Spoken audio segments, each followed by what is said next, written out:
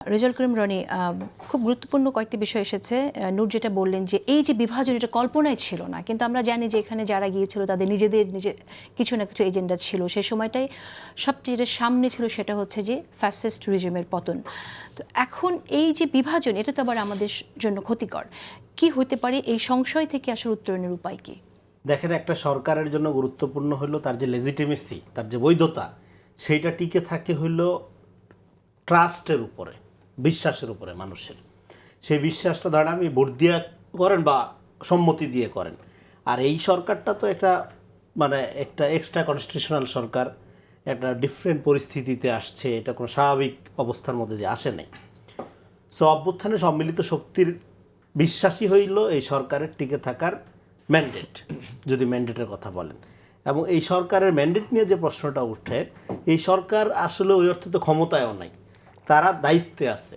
কারণ হলো দীর্ঘ 15-16 বছরের ফ্যাসিজমের মধ্যে থেকে প্রাতিষ্ঠানিকভাবে আমাদের যে ক্ষতিগুলো হয়েছে সেগুলো পূরণ করার একটা আউটলাইন তারা তৈরি করবে এবং সম্মিলিতভাবে সেটা রিপেয়ার করা হবে এবং দেশ একটা গণতান্ত্রিক উত্তরণের দিকে যাবে। এইবার গণতান্ত্রিক উত্তরণের দিকে যাওয়ার জন্য জনগণের ভোটাধিকার প্রয়োগের অধিকার, এইটা তো চাওয়ার ব্যাপার না, এটা হলো প্রথম স্টেপ। এখন দেখা যাচ্ছে এইটা নিয়েই কথা বলতে হচ্ছে, যেটা সবচেয়ে আনফর্চুনেট ব্যাপার। আপনি ভোট চাবেন কেন? আপনি ফ্যাসিবাদের ভিতর থেকে আইসা একটা গণতান্ত্রিক উত্তরণের দিকে যাত্রা শুরু করবেন, সেখানে ভোট নিয়ে কথা হবে কেন? ভোটের দাবি তুলতে হবে কেন? সেটা গেলো একটা ইস্যু। অন্যদিকে এখন যে সংকটের কথা এখানে ধরেন আমরা আলোচনার মধ্যে দেখতে পাচ্ছি, এটা কেন তৈরি হচ্ছে? তা কেন তৈরি হচ্ছে? কারণ ট্রান্সপারেন্সি বা স্বচ্ছতা ছাড়া এই ট্রাস্টটা আবার তৈরি হয় না। তার মানে এই সরকার অনেকগুলো উদ্যোগ যে নিচ্ছে, সেই উদ্যোগগুলোর ব্যাপারে ট্রাস্টের একটা ঘাটতি আছে, সেটা রাজনৈতিক দলগুলোর দিক থেকে। এই ট্রাস্টের ঘাটতিটা তৈরি হয়েছে, ট্রাস্টের ঘাটতিটা তৈরি হয়েছে ট্রান্সপারেন্সি, স্বচ্ছতার অভাবে। যদি স্বচ্ছতা থাকতো তাহলে ট্রাস্টের ঘাটতি তৈরি হতো। সরকার স্বচ্ছতা রাখলো না কেন? সরকার স্বচ্ছতা রাখলো না কেন? কারণ হলো পাওয়ার, ক্ষমতা এবং স্বচ্ছতা, এইটা মনে হয় বাংলাদেশে একটা আরেকটা শত্রু। হ্যাঁ, যার হাতে ক্ষমতা থাকে বা যে ক্ষমতায় থাকতে চায় বা যেতে চায়, সে স্বচ্ছতা জিনিসটা পছন্দ করে না। কিন্তু স্বচ্ছতা না থাকলে সেই ক্ষমতাও। কিন্তু একটু আগে আপনি বলেছেন যে এই সরকার ক্ষমতায় যায় না, এই সরকার দায়িত্বপ্রাপ্ত হয়েছে। এখন দায়িত্বে থাকার কারণে আপনি যদি ক্ষমতাসীনের মতো আচরণ করেন, তখন তো এই যে ট্রাস্টের ঘাটতিটা দেখা দেয়। এবং স্বচ্ছতাটা কেন জরুরি? স্বচ্ছতাটা জরুরি, আপনি অভ্যুত্থানের যে ঐক্যটা, এইটাই তো আপনার ম্যান্ডেট বলেন, বৈধতা বলেন, তাই না? ফলে অভ্যুত্থানের ঐক্য ক্ষতিগ্রস্ত হয় এমন কোনো কিছু করলেই সরকার বিপদে পড়বে। হ্যাঁ, প্রথম কথা হলো এই যে উপদেষ্টাদের ব্যাপারে এখানে কথা উঠলো। হ্যাঁ, আপনার বাংলাদেশে আমি দেখতে পাচ্ছি, ধরেন এখানে আপনি যদি ধরেন রাজনীতিকে রাজনীতি ছাড়া অন্য কোনো কিছু দিয়ে রিপ্লেস করার প্রচেষ্টা হবে, এটা ভয়াবহ এবং এটার কনসিকুয়েন্স মারাত্মক হবে। ফলে আমাদের এখন একটা রাজনীতি লাগবে। সেখানে আপনি যদি মনে করেন যে হ্যাঁ, সমস্ত রাজনৈতিক দল খারাপ, অরাজনৈতিকভাবে দেশকে চালানোই মঙ্গলের, সেটাও হবে না এবং সবার রাজনীতিও এক হবে না। সবার রাজনীতি এক, কিন্তু আপনাকে তো রাজনীতি লাগবে। এখন রাজনীতির ক্ষেত্রে একটা কথা বলি, ধরেন এই যে উপদেষ্টাগুলো নিয়োগ হইল, এইভাবে কিভাবে নিয়োগ হইল, এটা কে কিভাবে সাজেশন দিল, হ্যাঁ, এরা কিভাবে আসলো? আচ্ছা, আসলো, যাই হোক, ভালো কথা। একটা কেওয়াটিক পরিস্থিতির মধ্যে আসছে, দেশ অরাজকতার মধ্যে ছিল। হ্যাঁ, 5 তারিখ থেকে 8 তারিখ পর্যন্ত কোনো গভর্নমেন্ট ছিল না, আগে সরকার গঠন করাটাই ছিল একটা বড় চ্যালেঞ্জ। ওকে, আসলো, ধরেন মেনে নিলাম। তারপরে এই যে কমিশনগুলো আপনি করলেন, এই কমিশনগুলো কিভাবে সিদ্ধান্ত নিয়ে আপনি করলেন? কারা এই সিদ্ধান্তটা নিল কমিশনগুলো করার?